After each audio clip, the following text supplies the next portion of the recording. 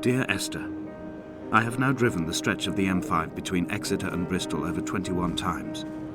But although I have all the reports and all the witnesses, and have cross-referenced them within a millimetre using my Ordnance Survey maps, I simply cannot find the location. You'd think there would be marks to serve as some evidence. It's somewhere between the turn-off for Sanford and the welcome brake services. But although I can always see it in my rear-view mirror, I have as yet been unable to pull ashore.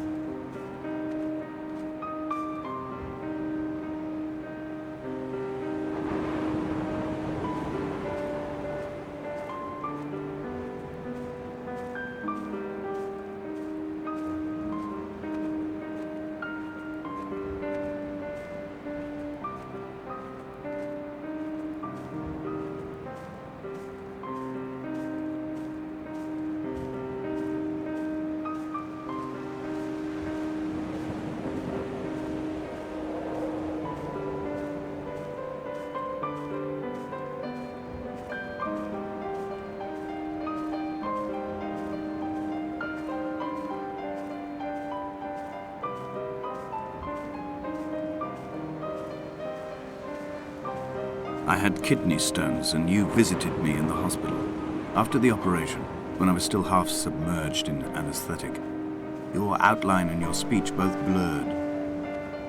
Now my stones have grown into an island and made their escape, and you have been rendered opaque by the car of a drunk.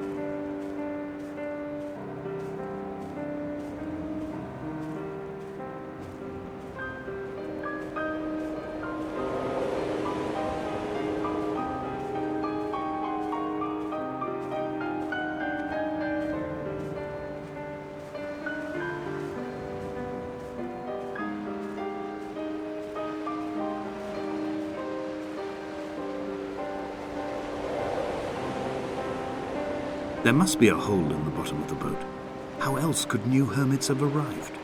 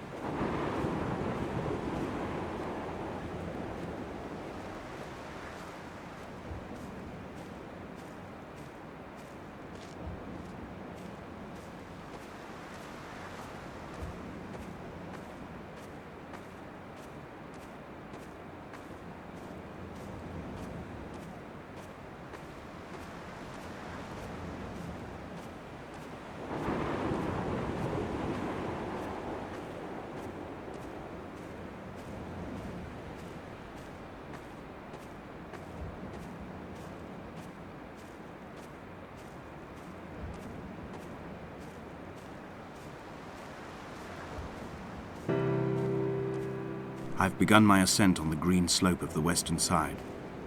I've looked deep into the mountain from the shaft and understood that I must go up and then find the way under. I will stash the last vestiges of my civilization in the stone walls and work deeper from there. I'm drawn by the aerial and the cliff edge. There is some form of rebirth waiting for me there.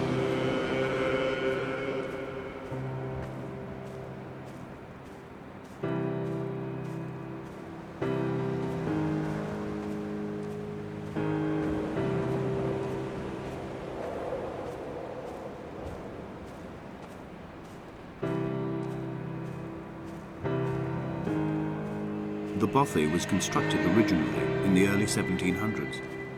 By then, shepherding had formalized into a career.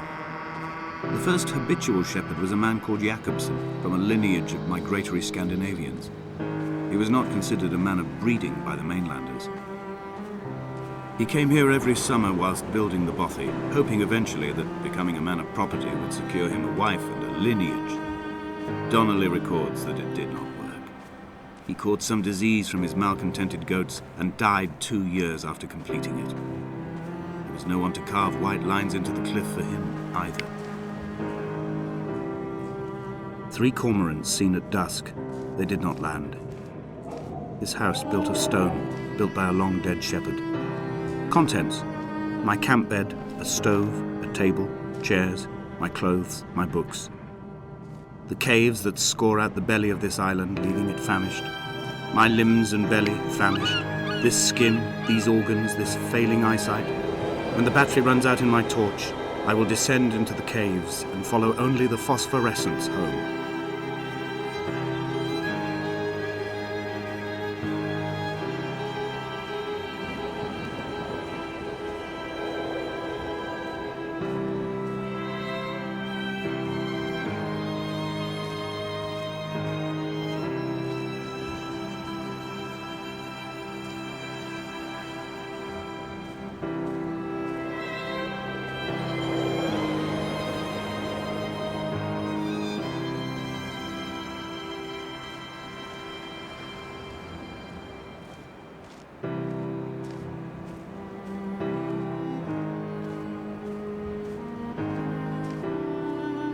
Jacobson's ribcage, they told Donnelly, was deformed, the result of some birth defect or perhaps a traumatic injury as a child. Brittle and overblown it was, and desperately light. Perhaps it was this that finally did for him, unable to contain the shattering of his heart. In half-light, his skeleton a discarded prop, a false and calcified seabird.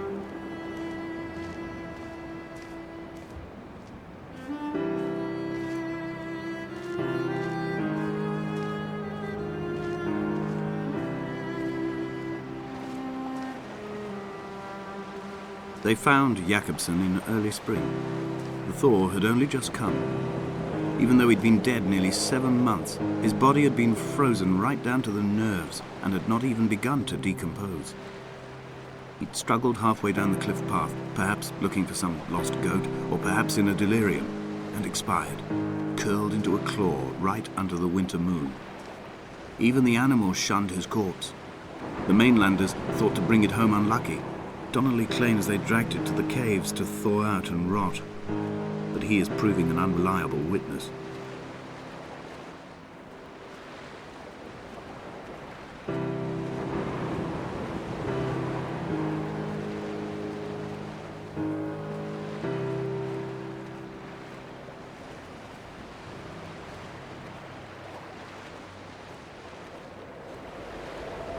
Climbing down to the caves, I slipped and fell and have injured my leg.